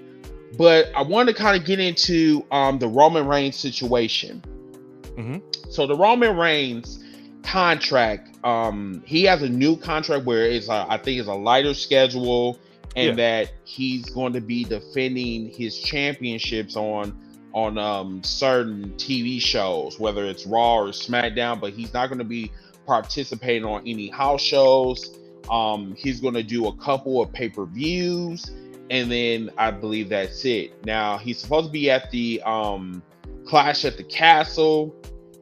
He was taken off of Hell in the Cell, which was placed by Cody Rhodes. He's supposed to be at Money in the Bank, and I believe he's supposed to be at SummerSlam. So he's supposed to be at those three. And then after that, I believe he's supposed to be going away for 10 weeks, if I'm not mistaken. So, yes. Chris Byrne, he said it best that Roman Reigns is basically the new Brock Lesnar. Yes, he is. But you know what? I wouldn't even be mad at it if they took pride in their other championships. And they don't. I think that's the crazy thing. Like, they don't. I'm cool with the world title being this big, like, non-watered down, like only see at the pay-per-view or live events, or whatever you want to call it. But the WWE Championship is supposed to be bigger than any fucking that's what I'm saying. in there. I'm cool with them making it, but this notion that they went through all of this build up for then now all of a sudden he goes away. It's like, wait, what? Yeah, like he goes away and like, okay, so where's your champion at? There's no WWE champion. There's no Universal champion. There's no Intercontinental. One. Your Intercontinental champion is barely promoted. Well, yeah, that's what I'm saying. And I mean, the thing that really aggravates me with the Intercontinental Championship is that is the belt Stone Cold broke his fucking neck over. You better tell us. That's the Intercontinental Championship. Him and Owen. You better tell it. Like, people don't talk about that. Like, no, they don't. The Intercontinental Championship, like Macho, like, look, all the greats, Warrior.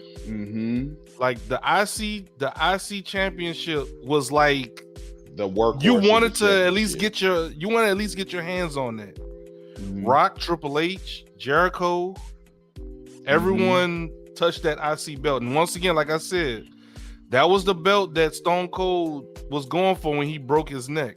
And to see that and to see what the IC champ and the IC belt has become now, is like it's very pathetic and like disheartening. Yes. The US belt, they got the US Open Challenge, but are we golfing now? I'm just saying. And in fact, straight, I'm happy Ricochet is the IC champ. I like Ricochet. He ain't, you know what? But they don't promote him for like. It's they like, don't why? promote him for shit. They're like, hey, look, you re-signed a contract, champion here.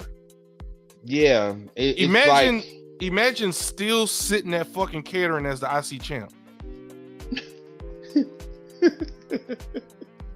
That's really fucked to me. up.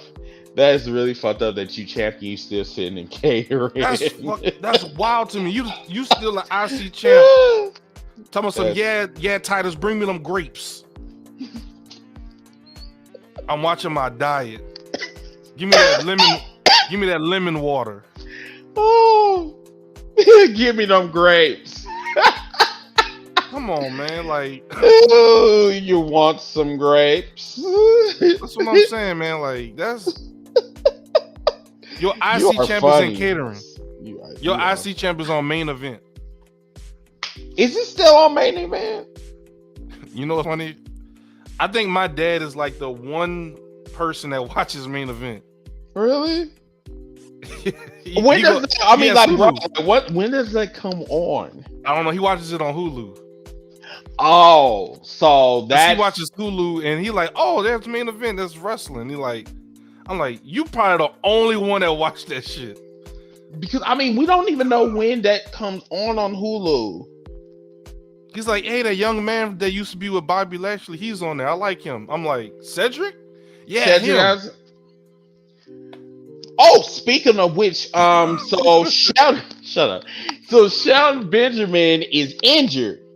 Shelton Benjamin did like the weirdest tweet. He just said that he want to thank his fans and everybody. People saying he got fired or something. Yeah, but yeah, he got injured, so he's going to be out for a while. And I'm sorry to say, I wasn't trying to be cold, and this is what one of my friends said. He was just like, y'all Aries can be real cold, so I'm gonna try not to be cold when I say this. Like, who really gives a fuck? I mean, like, seriously, like. But like WWE haven't given us a reason to, and when we did, they blew it up. When we did care about Shelton Benjamin, right? And we're still trying to figure out like why in the fuck did they get rid of the Hurt Business? The Hurt Business, like not once but twice. They got rid of them, and like there's like no explanation behind it at all. And they want Almost to be with MVP. All they had to do is add him to the Hurt Business. I would have just added Almost to the Hurt Business. This is where I don't understand. But that's the part I don't get. Like, why in the fuck do you have MVP working with Almost? Almost is not a superstar. Almost needs to brush his teeth. Almost needs to like really needs to be more athletic. He can't be athletic because this motherfucker is tall and he's stiff. And it's like, oh, he's a star. Tell me what promo he did that will say to me that he's a star, that he stands out. Tell me what match actually stood out to me that made him a star. I'll wait. I think I got time. That's why they put him with AJ. That's why they put him with MVP. And that's the thing. Yes, Almost is the great Khali, and you see what happened with that. Great Khali retired some years ago, and Almost is on that same path. Unless he does something dramatic, he make a left turn somewhere, and he goes up, in a positive way. I just don't see him wrestling in the next 2 to 3 years. I want to like Almost, but I got nothing. There's nothing. He's bland. That's the thing. And I don't want people thinking like we don't want people to fail, but it's like what I don't like. What give me something to care about? Yeah. Why should I care? This man is black, tall, and he just said, "This is my house. This is my house."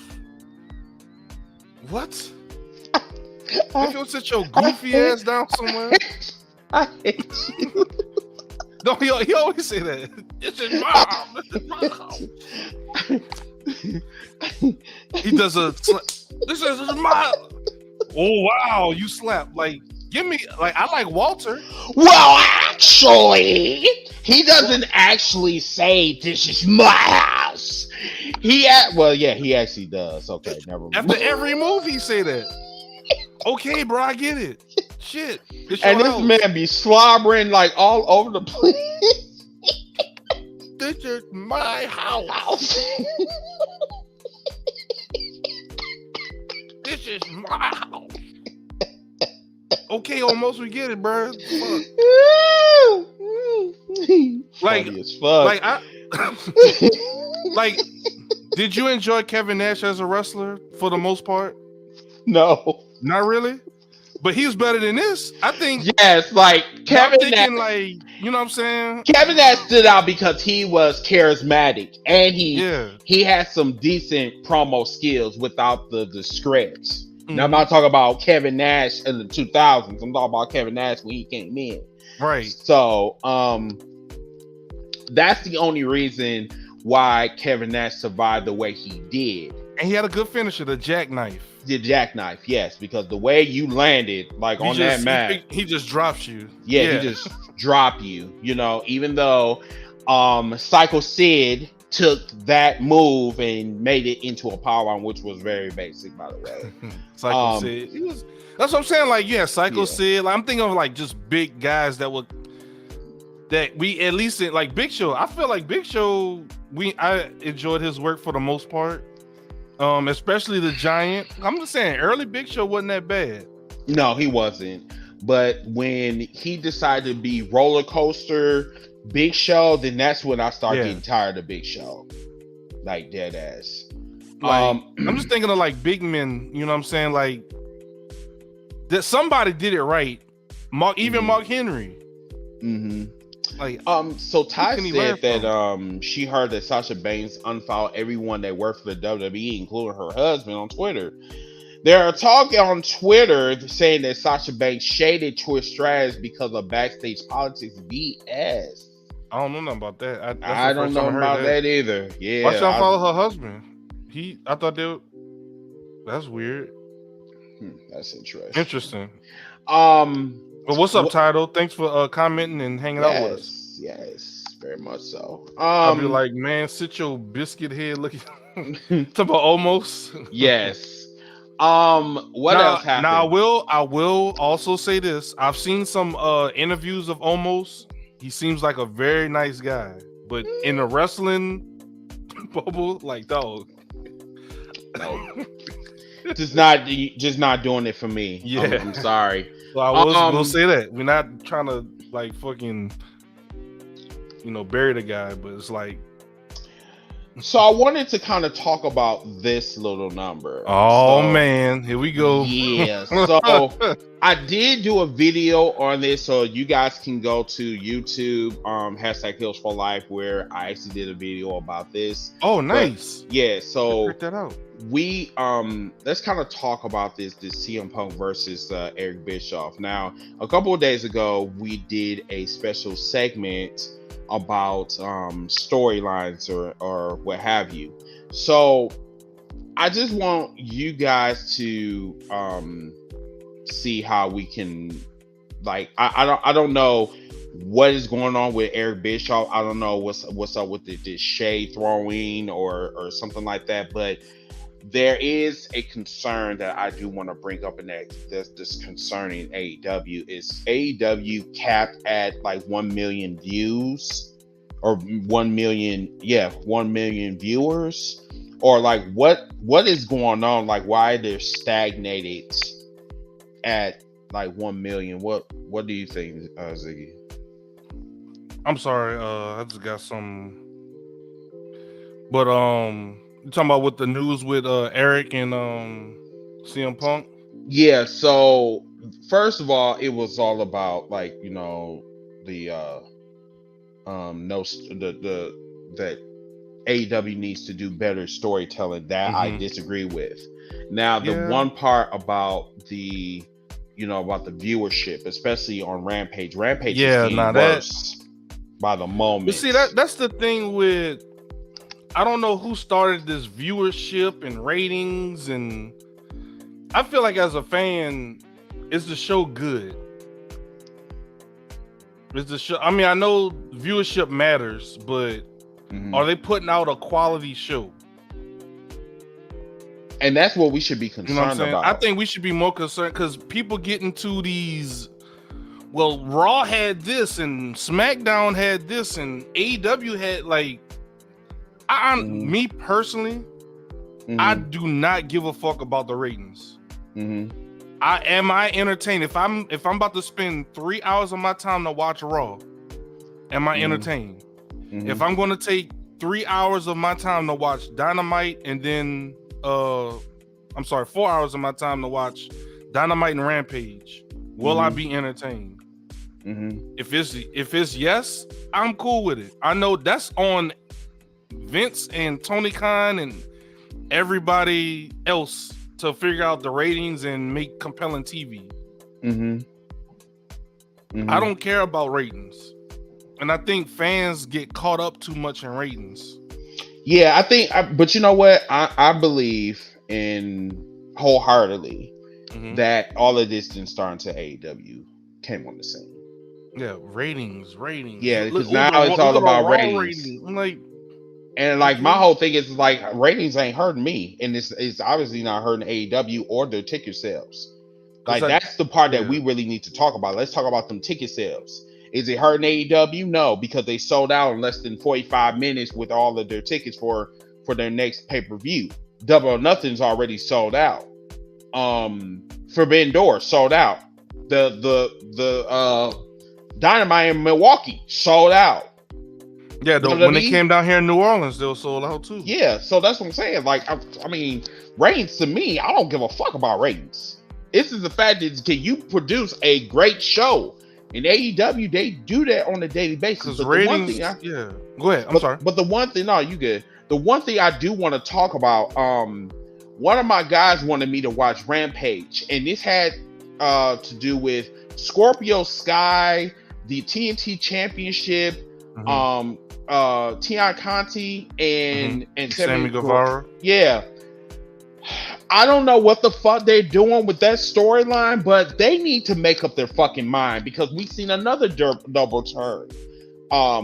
So now, yeah, because Scorpio looked like he was getting mad at the Ethan Page and Dan Lambert, and he ended up turning on Kazarian and staying heel. But it seemed like he was kind of going babyface a little bit, which seemed like the move to make with Scorpio, and eventually doing a feud with Ethan Page, and just going ahead and turning Sammy heel with Ty Conti. And you know what's funny with Sammy? Did him and Chris Jericho ever? Because he left Inner Circle and he didn't really leave. He just said, I need y'all to figure this out. And then he just kind of separated himself from them. Correct. But I kind of think he would fit with the Appreciation Society a little better because he's kind of... Well, yeah, somewhat. Because he's kind of doing that Edge shit with Lita, with the we're in love and y'all are going to be forced to watch it. And they just start making out on TV and shit like that. Yeah. But they're trying to be baby faces. It's not, honestly, if we really want to be real about it, it's not really doing me or the viewers any justice. And why in the fuck there's an eclipse that is happening right by my... You was talking about Ember Moon earlier. Shut up, Ziggy. Yeah, there's an eclipse that's happening right outside my... Wow.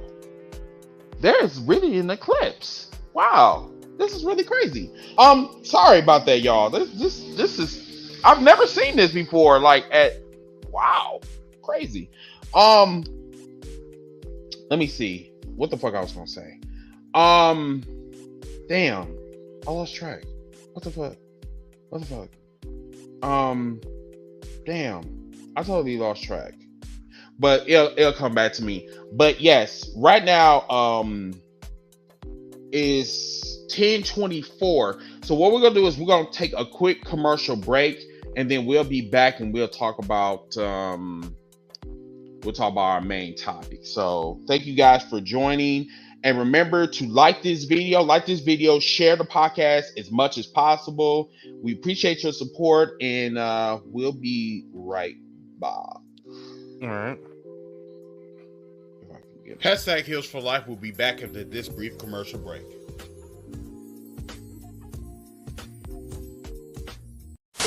Now let me see you why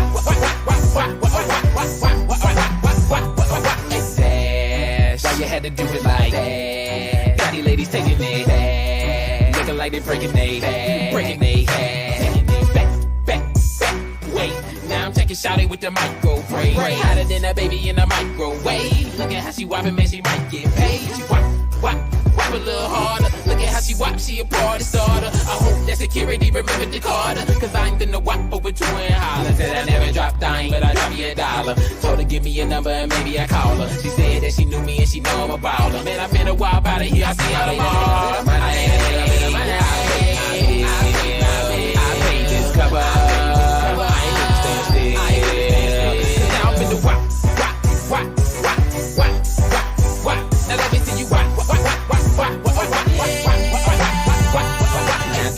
Hey, you, yes, I'm talking to you. What are you doing right now? You're probably just sitting at home watching Maury. How can you care about somebody else's life and not your own? I like Maury. I want to know who the daddy is too. Make a decision, make a choice. You gotta call Everest. Call Everest.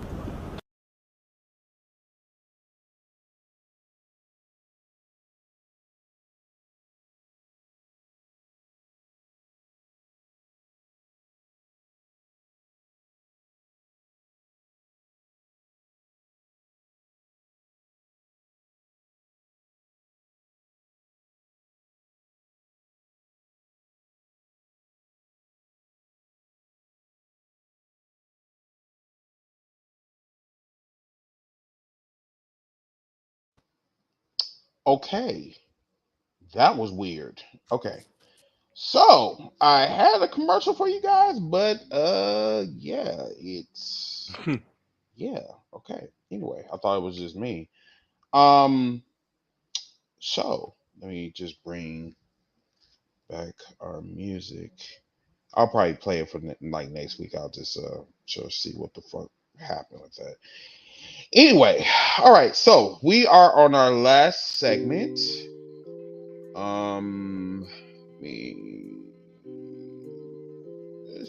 Okay. So this is segment 3.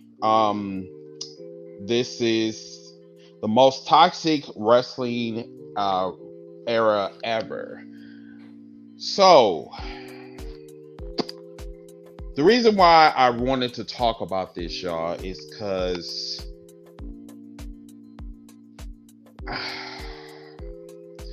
I don't know where to begin. I just don't know why people are the way they are. I don't know why wrestlers find it that they have to be disrespectful to fans and say that, oh, well, you don't know shit about wrestling, and you know, this is not your place to talk and all that type of shit. Like I don't know. And then what we see online on a daily basis, it just bothers me. So let's kind of break this down a little bit. So what was this? As a matter of fact, let me show y'all a little clip. Hopefully this actually works. All right, hold on. Okay, this is what we seen yesterday. This was at a house show, an indie house show.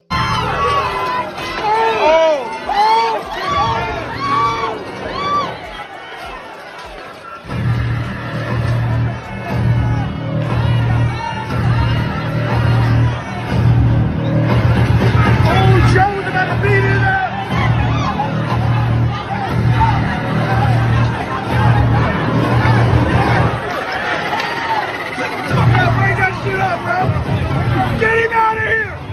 Throw his ass out!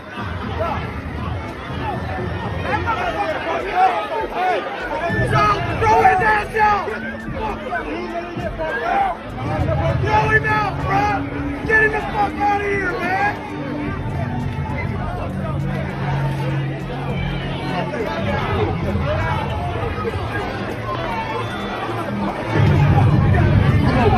Get him the fuck out of here! Get him out, bro!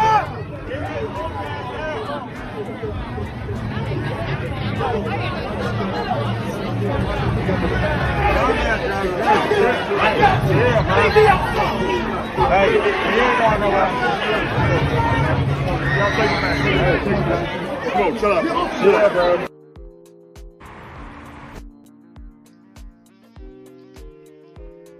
Yeah.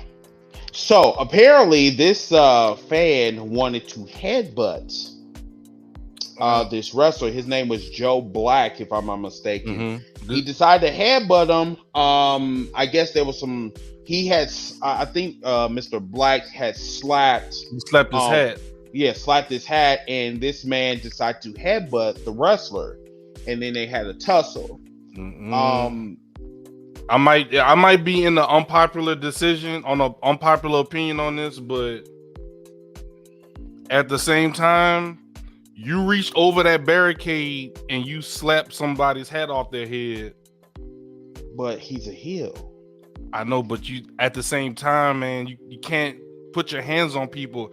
I don't know. Some people don't like that shit. Like, put your hands on people like that. I can't reach over the barricade because he's a heel and hit him or knock his hat off his head. That's true. It goes both ways.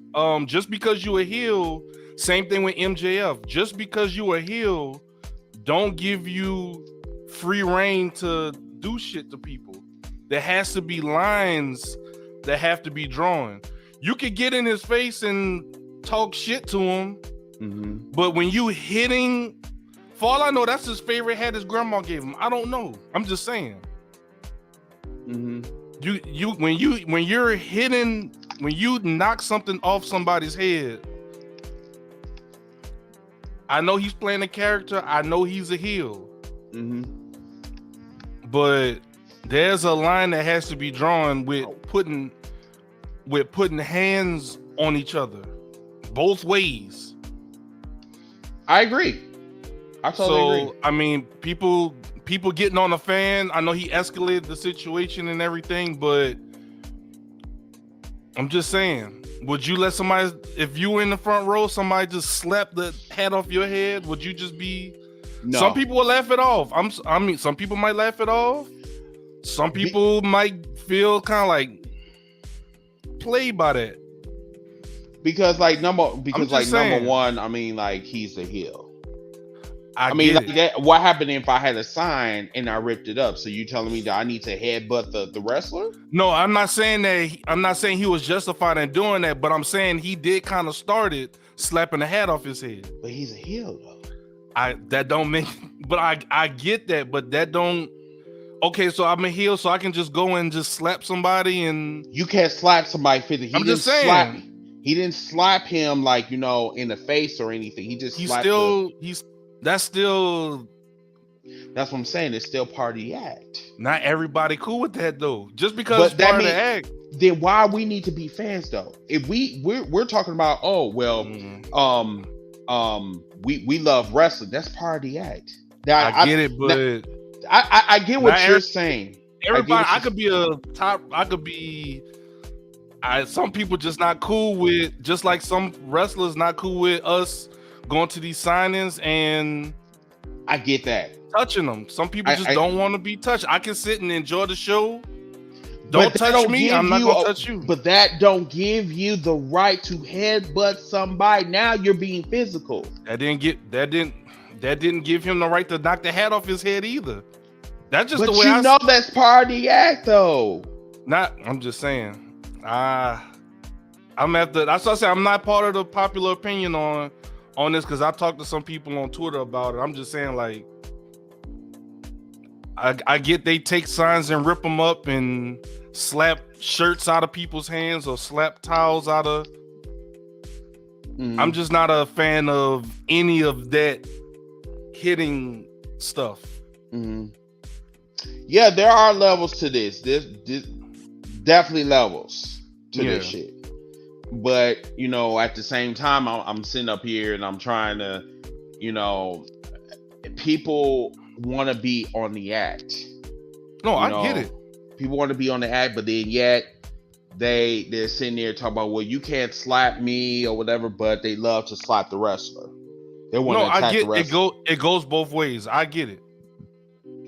Now, I know you understand it, but it's like just because but at the same time, on the wrestler side, just because you're a heel, there's a line too with those things, and I know they like to test those lines, and I know there's a gray area. We've been talking about it a lot. So, what if that person in the wheelchair that MJF talked about, just because he's a heel, that's cool for him to do that? Where MJF? Yeah. Talked about handicapped people. No, but the thing about this, he didn't physically. Like I said, there's levels. Just saying, there's levels. Nah, but that's still a sign of disrespect, man. Slapping somebody's hat off. I'm just saying, y'all will probably be so. All right, if y'all were in the front row and somebody slapped y'all hat off, because I know that this is part of an act, and then the wrestler probably, it's like some of the wrestlers, some of the cool wrestlers, they will come to you after the show and they be like, "Hey, bro, like they'll party act," you know what I'm saying? Like, I wouldn't even care because I know that they're trying to get me upset. But that is you, Josh. That is you, Chris. We can't. The same thing with Ember Moon. She said she left WWE because she wasn't happy. They were offering her 5 to 6 times more than she was getting ready to make. That's her decision. You can't really tell someone how they would feel in a certain situation. If somebody might not want their head to get slapped off their head. And I agree with that. I agree with that wholeheartedly. I wouldn't care. But people sensitive. People are sensitive. I'm not saying that Z, my co-host is sensitive. I'm not saying that. Yeah. It's just he doesn't want to be touched. And I wouldn't want to touch Ziggy anyway because like he looked like he'll suplex somebody. So like I've been in the army. I got PTSD. It ain't all right up here. See, and that's why I say I'll be waiting for something to pop off. See, I'm not right up here.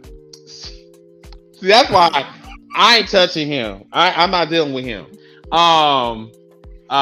But like the toxic shit that we're seeing, it's not just fans.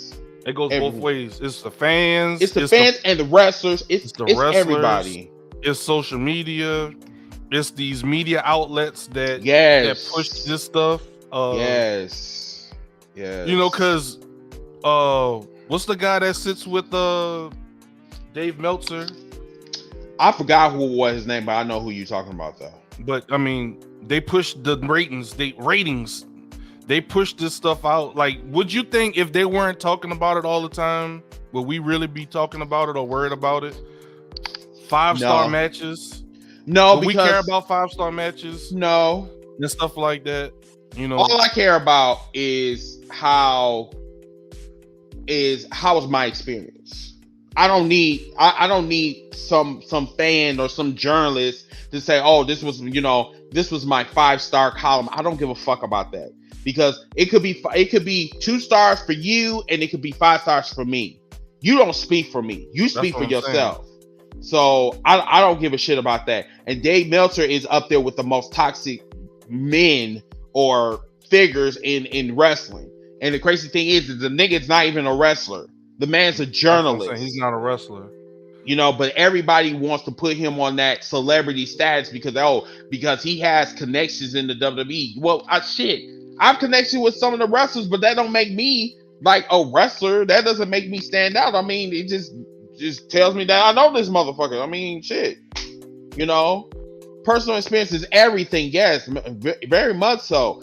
But at the end of the day, it does not give you a right to spread all of this negative energy because you feel some type of way. Mm-hmm. That doesn't give you that right. If you feel some type of way, then keep that shit to yourself. Like your parents have always told you, if you don't have nothing nice to say, don't say it at all. Or if you disagree, learn how to express your point without, because what happens is when people don't have a point, they just start attacking your character or trying to dissect you as a person. Like, oh, we're not talking about that. We're talking about this topic that we disagree on. Let's keep it on the topic. And why, like, now people are using personal attacks. That's what happens on you. Yeah. Why are they starting to do that now? When they don't have an argument, that's what happens. That's wild. But once again, this thing right here. This thing right here gets a lot of y'all fucked up in these streets right here. This fucking keyboard. Indeed. And I love your keyboard, by the way. Oh yeah, it's pretty cool, man. It's Logitech. Very dope. Very dope. But I'm just saying, like, a lot of people feel very powerful behind this keyboard because they can say what they want. They feel like it's like Josh said, keyboard warriors. You never know when you're gonna run into somebody. We said this example a few episodes ago, Chris. Remember Dana Brooks' husband? Somebody was talking trash about Dana Brooke. I don't know how he found her, but Dana Brooks' husband, who is a trained MMA professional, beat the smoke out of a keyboard warrior. Not saying that's the right thing, and I'm not advocating, but I'm just saying there's consequences for what you put out. Listen, I think some of these motherfuckers need to get their ass whooped. I mean, I think that's where we're at. They need to really get their ass whooped because like they don't know when to shut the fuck up. And then on top of that, they want to troll. The thing is, I put on social media stuff I would say to someone's face. So if whatever I put on social media, I wouldn't be afraid to repeat it to someone. Good, bad, indifferent. Don't put nothing out there that if someone were to, because we all go to these wrestling events, we all go to these conventions. You never know. I'm just telling y'all, you never know when you'll be at the same event someone else is at, and they hey, aren't you that guy that was in that wrestling group that was so what did you say about me about? And then all of a sudden, oh no, man, I was just playing, I'm a fan. Then their whole tune change.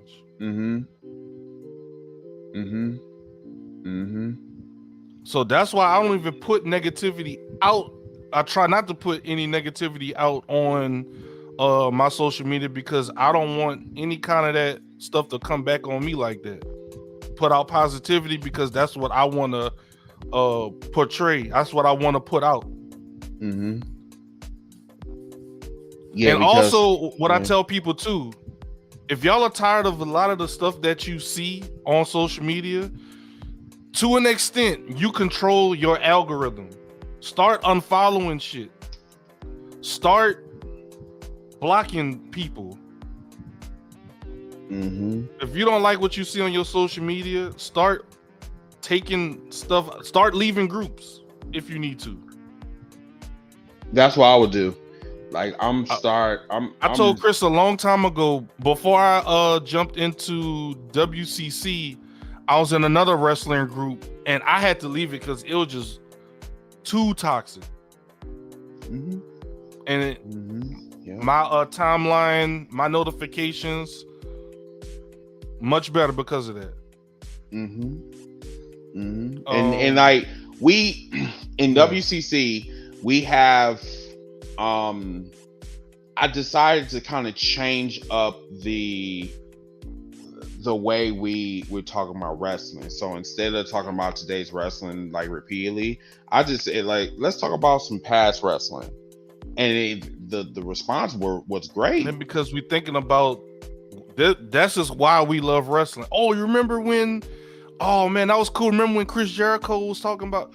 Like those are the memories that we love of wrestling. Not about the damn ratings, stars.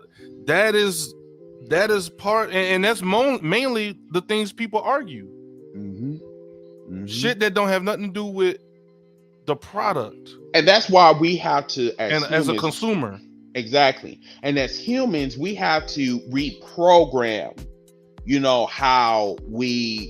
how wrestling is given to us, how it's delivered to us, how it's broadcast to us. And so, it's just like, I just said, you know what, enough of this shit. How about we just go back old school and, talk about like, some of the similarities to today's wrestling, what I'm saying? Like that's what gets people's attention. You know what I'm saying? Like, because a lot of fans, especially, you know, me, Ziggy, and everyone else that loves wrestling. Like, we can talk about wrestling like every day, all day, you know what I'm saying, until we sleep, you know, but at the same time, I don't want to deal with toxic shit on a daily basis, because like Ziggy said, mental health is a motherfucker, and a lot of people like take that shit for granted, and you shouldn't, because a lot of people will come find you and they will beat the fuck out of you because of what you said on social media. I've seen it happen. I've seen this happen, not in a wrestling circle or any wrestling social media, but in just life. Somebody was talking trash on social media. That person found a way to get to him, and on site, as they said. On site. On site. Like, when people start talking crazy and start talking about, I'm gonna do this, I'm gonna do that, or oh, we could make that happen. Where you at? You know, it was this one cat that I seen in Chicago. Like, he was talking shit in WCC, and when he seen me when we was at that convention, I think it was E2. Yeah, I think it was E2. Yeah, E2E or something like that. I forgot what C2E2. Yeah, it was down in Chicago. When he seen me walk up to him, like, I was far away, and I seen him. He spotted me, and it looks like he had the biggest, like, stupid face. And he was a wrestler, by the way. He was a wrestler. And he was like, oh no, nigga, I ain't gonna hurt you. Oh shit, he's like, see, I got the satisfaction, because I was like, yeah, see, listen, you might live out in California, but nigga, you came to Chicago, you didn't expect to see me. I got friends here in Chicago, but you didn't know that I was gonna come here. See, and then let's see. A lot of people wouldn't have had that. I don't know how bad their exchange was, but some people probably wouldn't have had that same restraint. Nope. That Chris showed. I didn't. I had the restraint because, like, number one, I'm not gonna give you that energy. My energy came from your reaction alone. I said, "Oh, you a pussy ass nigga in real life." So that's what I said. I'm okay if you disagree. Like, yeah, like to an extent, I disagree with y'all earlier about the fan getting his hat slapped, but I'm not about to call y'all out y'all name or nothing like that. It's not that serious. No, it's just wrestling. Yeah. And a lot of people don't understand it. Like, they don't get that this is just wrestling. We don't need to, like, go back and forth. And they figured that because they're programmed to go back and forth, they figured that, okay, well, if they're doing it, well, I might as well do it too, because I don't want to let this shit go. No, I'm going to let this shit go because this shit is bothering me and it's bothering my mind. So I'm going to drop this shit. I don't know what the fuck you gonna do, but you're going to talk to air right now. That's me. So Trey said, I'm telling y'all, one of these days fans are going to end up killing each other over wrestling. We're at that point. Not going to lie to you. Yeah, it's called a debate. It's a good point. Exactly, Josh. Exactly. It's a debate. Imagine if we all agree with each other. Oh man, Chris, that was great. Oh yeah, man. Oh, boring. Oh, come on, man. It's boring. That was awesome. Oh yeah. Oh yeah. Oh, awesome. Everybody, I do not want to. This was a really good show tonight. However, I have to wrap this up because I want to see the eclipse outside. So yes, I've been seeing them leaving. Yeah, go ahead and get some pictures, man. Show us if you can. I am. I'm about to do it right now. Like, I've never seen this type of eclipse before. I'm assuming it's a lunar eclipse since it said it's a red moon. Yeah, it's a red moon. They call it the. Let me pull it up. They call it the super flower blood moon of 2022, and they said that this is supposed to be for 85 minutes, so for almost 2 hours. So this is your window to catch it. Yes. Okay.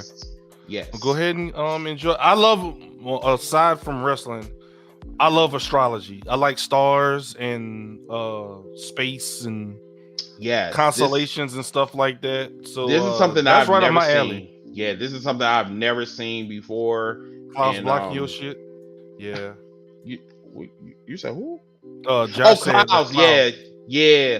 So luckily we don't have any clouds here. At first we did, but then that went away, and I'm just like, wait a minute, why is the moon disappearing like this? So I went on Twitter, and I'm just like, they say it was an eclipse that was going on. So I was like, oh my god, that's the cool part of social media. Look at that. Yes. Look at that. Right. Yeah. Right. So But everyone, there you go. So everyone, what we'll do is we will come back. Ziggy, are you usually available on Sundays? Because if you are, we'll just do this on Sundays. Yeah. It depends. It depends. Saturdays, you're definitely not free, right? Yeah, Saturdays I'll be doing like my other content stuff. Okay. But Sundays is usually good. It just depends on if stuff from Saturday bleeds over into Sunday. That's all. Okay. So, yep, everybody. So we will be back next Sunday. I will be giving you guys more content. Either me or Ziggy will be giving you more content. Make sure you're following us on YouTube. Yes, follow us on YouTube. I cannot stress that enough. YouTube about to start blowing up for #Heels for Life. Yes, because we're gonna be putting extra content out. The shit that we don't talk about on the shows, we're gonna definitely talk about it on YouTube, and that's exclusively on YouTube.